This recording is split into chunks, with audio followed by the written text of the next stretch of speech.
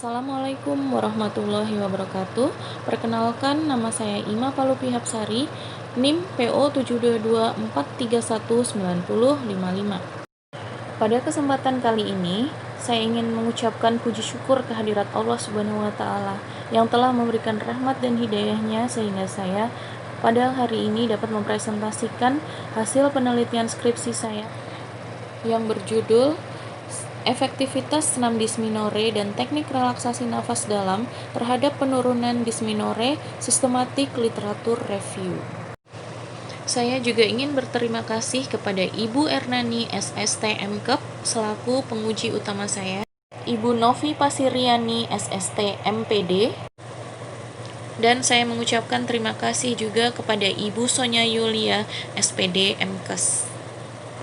Pada bab 1 pendahuluan, yang menjadi latar belakang penelitian ini adalah kesehatan reproduksi remaja putri merupakan salah satu masalah yang harus diperhatikan bagi orang tua, guru, dan para tenaga kesehatan, khususnya bidan dalam peningkatan kualitas diri remaja putri untuk bisa bersaing dengan remaja putra di era globalisasi.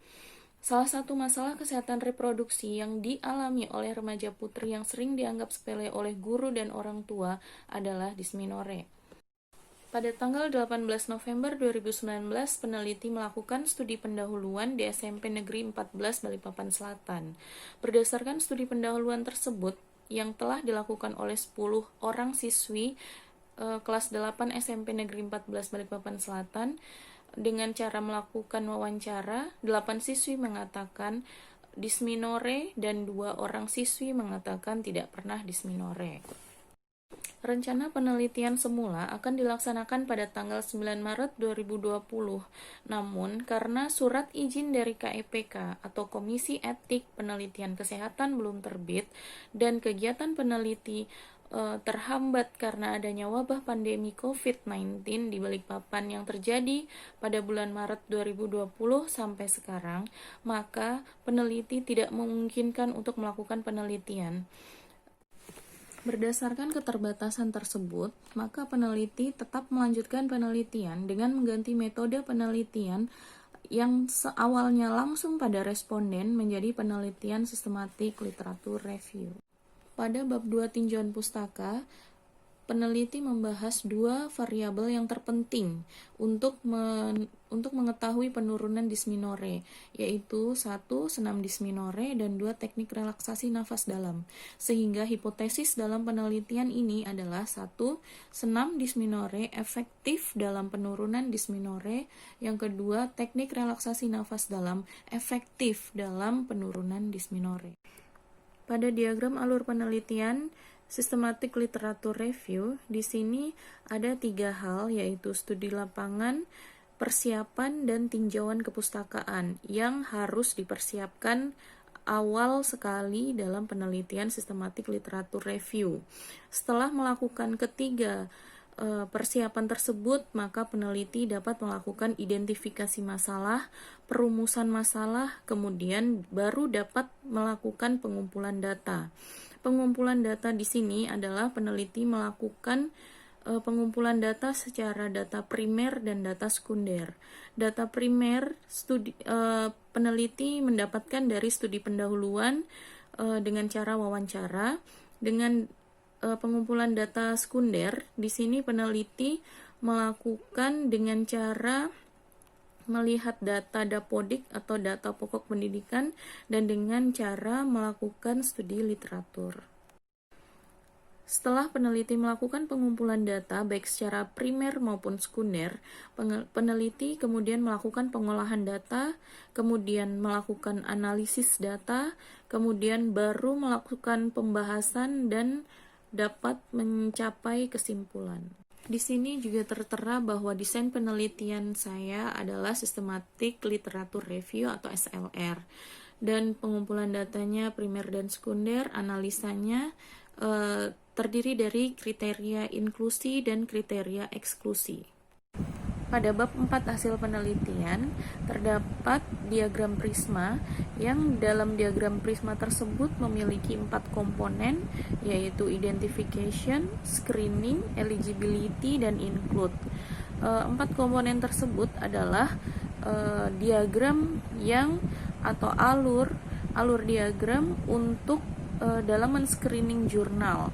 Hal ini dari jurnal internasional yang berkualitas, misalnya terindeks Scopus, Google Scholars, Imago, IJNMS, dan IJSR.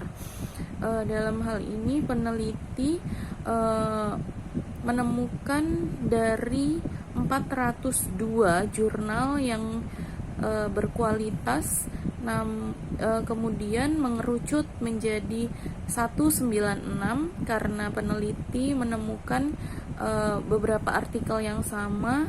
Kemudian ketika di screening lagi, peneliti menemukan beberapa jurnal yang hanya bisa dibuka atau full text, kemudian mengerucut lagi menjadi include dalam komponen include, sehingga kriteria inklusi dalam penelitian ini tercapai, dan jurnal akhir yang sesuai dengan kriteria inklusi peneliti adalah 7 jurnal yang berkualitas.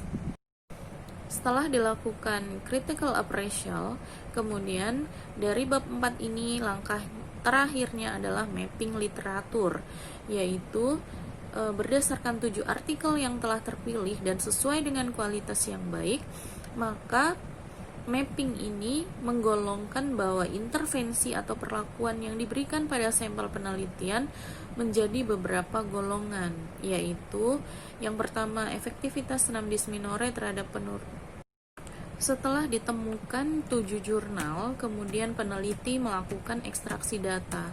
Ekstraksi data tersebut adalah membandingkan ketujuh jurnal yang telah didapatkan, yaitu dengan membandingkan judul, penulis, tahun, kemudian tujuan, desain penelitian, ukuran, sampel, dan juga hasil akhir dari masing-masing jurnal tersebut. Setelah dilakukan ekstraksi data, kemudian peneliti melakukan critical appraisal, yaitu langkah untuk mengetahui kualitas dari suatu artikel. Nah, dari artikel-artikel yang dilakukan critical appraisal, peneliti menggunakan analisa PICO atau critical thinking, yaitu berupa mencari problem, photo population, intervention, comparison, dan outcome. Setelah dilakukan critical appraisal, kemudian peneliti melakukan mapping literatur.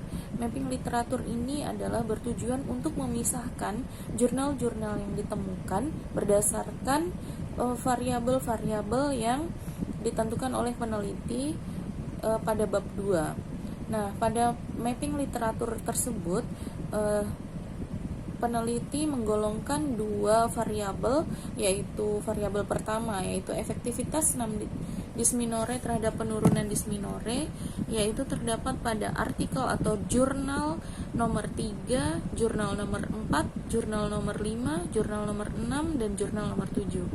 Kemudian pada variabel kedua yaitu efektivitas teknik relaksasi nafas dalam terhadap penurunan dysminore, terdapat pada artikel atau jurnal nomor 1, jurnal atau artikel nomor 2, jurnal atau artikel nomor 3, dan jurnal atau artikel nomor 6.